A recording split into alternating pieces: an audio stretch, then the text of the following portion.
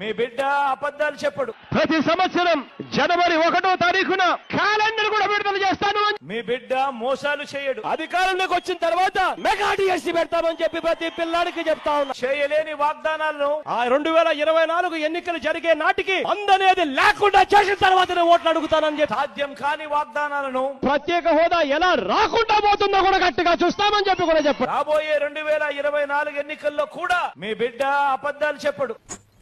నేను మరీ అంత ఎదవలా కనపడుతున్నారా? ఓ మాదిరిగా కూడా కనపడలేదా?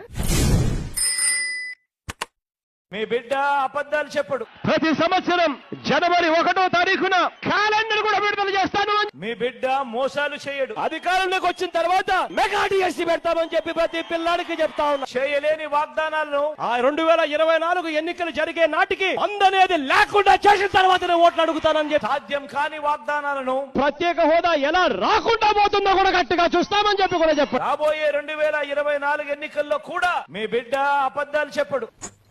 నేను మరీ అంత ఎదవలా కనపడుతున్నారా? ఓ మాదిరిగా కూడా కనపడలేదా?